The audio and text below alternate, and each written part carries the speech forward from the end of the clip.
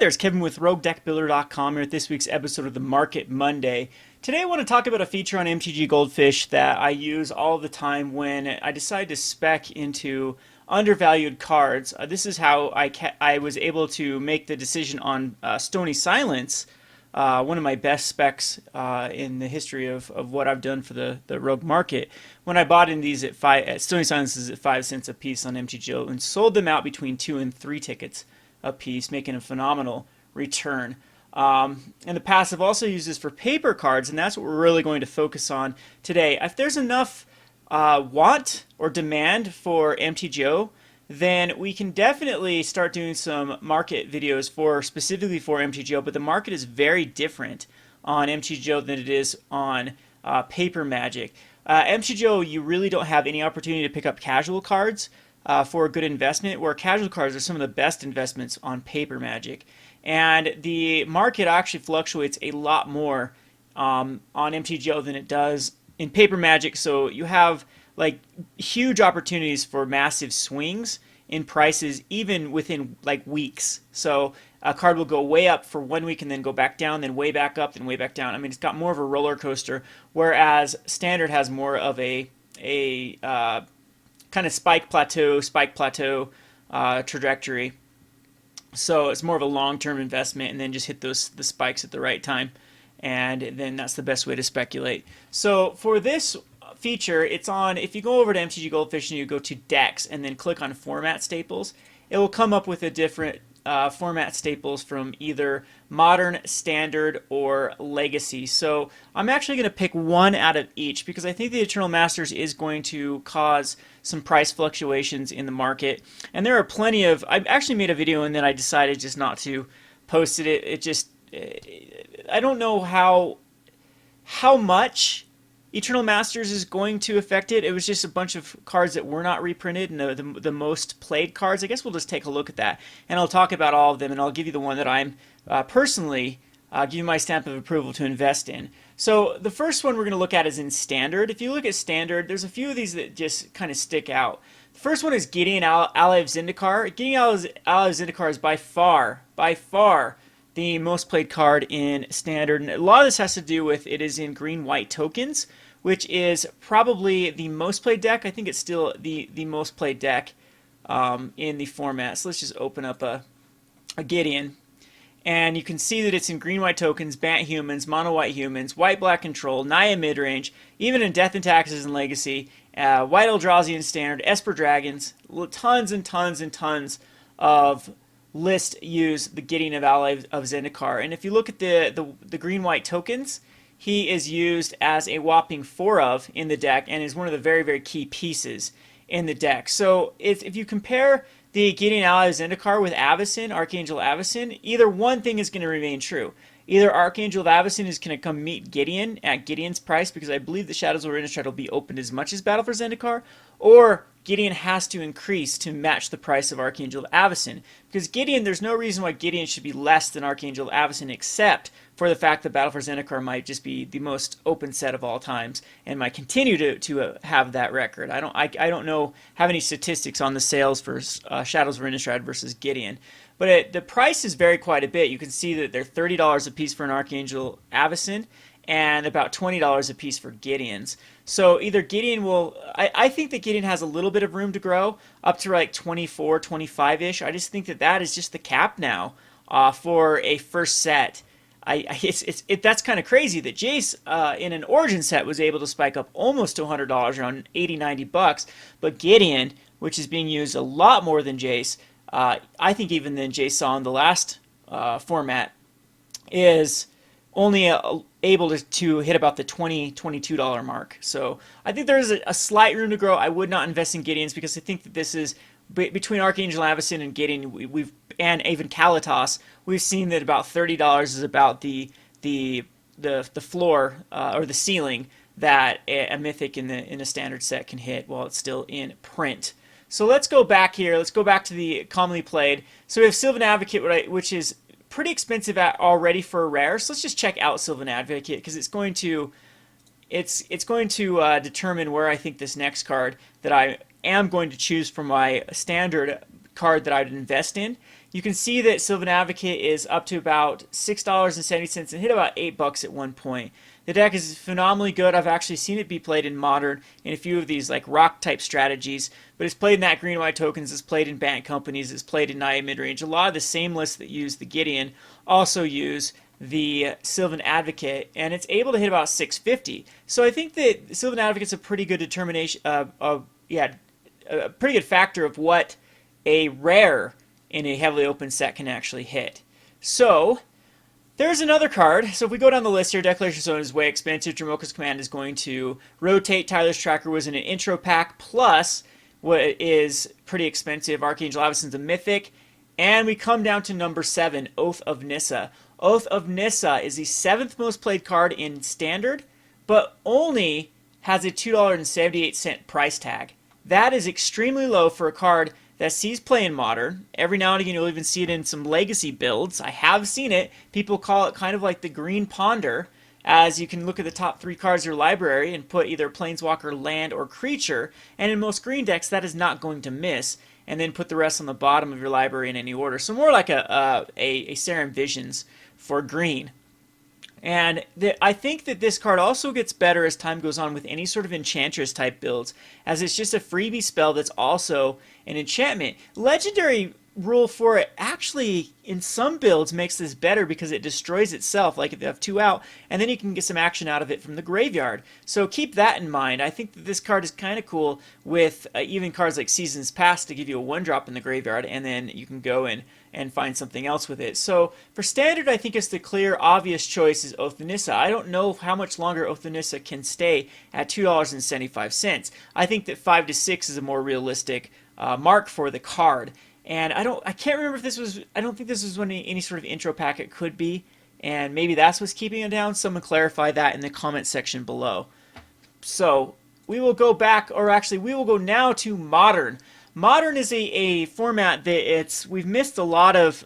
Every now and again when a new deck comes out, you'll see some huge price spikes, but I like to find cards that were just recently rotated, or in this case have been rotated for over a year, and now you're going to start seeing the price go up. So we have a card called Thoughtseize out of Theros. It's the 4th most played card right now in Modern, because it's played in a lot of Mardu decks and Jund decks. And it is in a block called Theros, which is opened up like crazy. The trajectory is still going down because, yes, that many Theros cards exist in the game. Theros was after the huge Flux and Magic players, so there is a lot of Theros. Plus, Theros was the last block that we saw open 3 times in a block set. So it was opened as a 3 of in Ravnik, or in Theros. It was opened up as a 2 of in Born of the Gods Theros drafts, and then opened up as a 1 of in Journey Theros and Born of the Gods drafts. So it had a ton, 3 times more of these cards probably exist than Born of the Gods or Journey to Nyx.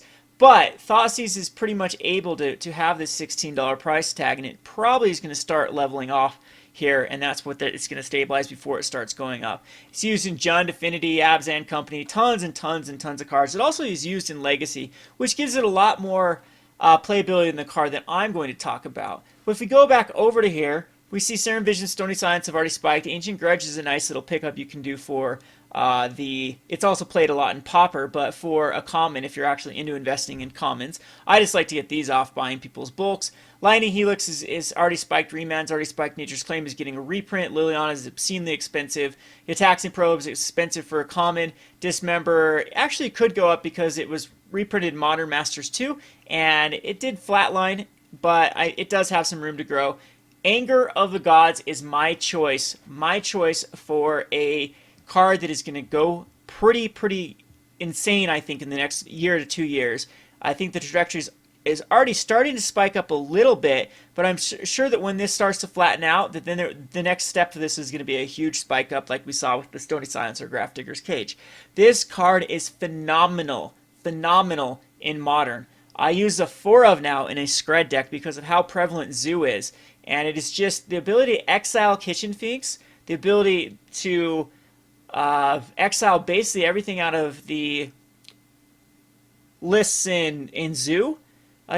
Is by far, it's the best one of its slot. Yes, there's Slagstorm, yes, there's Pyroclasms, yes, there's Volcanic Fallout. There's a few other that Fire Spout, things like that have a very similar role. But the Exile is what puts this over the top. It is also so good versus Prized Amalgam and Vengevine. So this is a nightmare for Dredge to actually try to face a third turn Anger of the Gods when they've tried to dredge everything back in, a bunch of Prized Amalgams, and they're going to try swinging for lethal the next turn. This is the answer to that. And this card only gets better with more cards that have even abilities like Undying or any sort of recursion from the graveyard. Very good against decks that try to use Pulse of Marasa or the Kolgan's Command to get stuff back. It's very good against my Soul Sisters when I try to return to rank things back. Just completely exiled, gone, out of sight, out of mind. And it's actually will then have some synergy. I've used it in Scred with Blightherder just as a way to exile cards and have the ammo for the Blightherder to actually have the 3 tokens. So there's tons and tons and tons of uses that I think that gives this the nod over the cards that are much similar to it. And creatures still reign supreme in Modern. It's a very creature heavy format, and this is the answer for these control decks like the Nahiri Jeskai and the Jund and a bunch of these other cards to bring in against these very fast affinity zoo type strategies. So at $1.73, this is a perfect investment. Speaking of the good old Magic Online investments, I really think that this is going to be a hit. Wait for this to go down. This is going to go down because all modern staples are going to go down. Let me repeat that. I think that all modern staples are going to go down with the release of Eternal Masters. We're going to see a lot of people selling out of some cards just to try out Eternal, try out Legacy, and we'll see a lot of modern and standard staples go down in value because it's almost like MTGO has these little trends. So when Eternal Masters is going to be drafted like crazy and people are going to get a bunch of cards, they're going to invest in Legacy staples, and they're going to do that by cannibalizing a lot of cards in their collection. Plus, if people aren't investing in modern cards, the bots just naturally will lower their prices. A lot of bots are actually established on these algorithms that if they haven't sold a card in a while, that they push the card price down until it does hit a selling point. So a lot of it's automated. Some of it, a lot of these companies do manually mess around with prices, which also factors into this. If they're not selling it, they'll manually move it down. But a lot of these are just robots that are trying to react to the market. So as soon as Eternal Masters is going to eat up a lot of the value in MTGO, all the modern staples will go down. I expect Anger of the Gods to be around 50 cents or even lower than that. That is a time to fire the trigger on the Anger of the Gods and buy a ton of them, because the next modern season, this card is going to go crazy. It is a 2, 3, 4 of, and a lot of these main deck side, or these tier 1 deck sideboards to combat Zoo. Lastly, I want to talk about Legacy. The Eternal Masters being printed. We didn't see like Abrupt Decay. That's a good one to invest in for Legacy. You can see how much it's used. Swords of Plowshare is getting a reprint. Ponder's not. You can easily start investing in Ponder. And Force of Will and Brainstorm will be getting another reprint. Flusterstorm is a very interesting one, but it's very expensive. Daze is getting a reprint. Divining Top's getting a reprint. Counterbalance is not. So here's another one. If you actually, I think Counterbalance is a great investment as well. I've talked about Terminus in the past. But the number one card I would invest in Legacy is Lotus Petal, just because of how much Lotus Petal is played in the format and kind of these other strategies that are getting a bit of help through the reprints, but not any of the meat and potatoes of the deck, which is the fast mana. So people are going to need to invest in Lotus Petals and other fast mana type strategies for these Charbelcher type decks. So it's in Belcher, it's in Ad Nauseam, it's in Sneak and Show, it's in Reanimators, it's in even Eldrazi Stompy. So anything that wants that fast mana, Lotus Petal is just an easy source for that. At $4 a pop, it hasn't been reprinted. I think that this card will at least go up to $6, possibly double in value after the course of Eternal Masters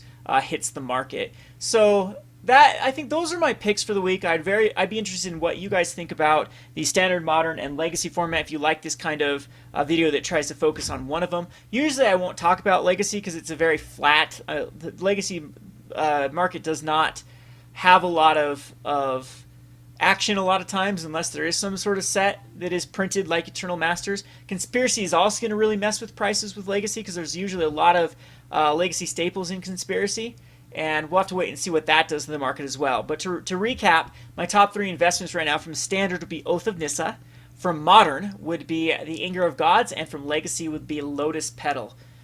So again, let me know in your comment section below what you think about this. This has been Kevin with TheRogueDeckBuilder.com. Thanks for watching.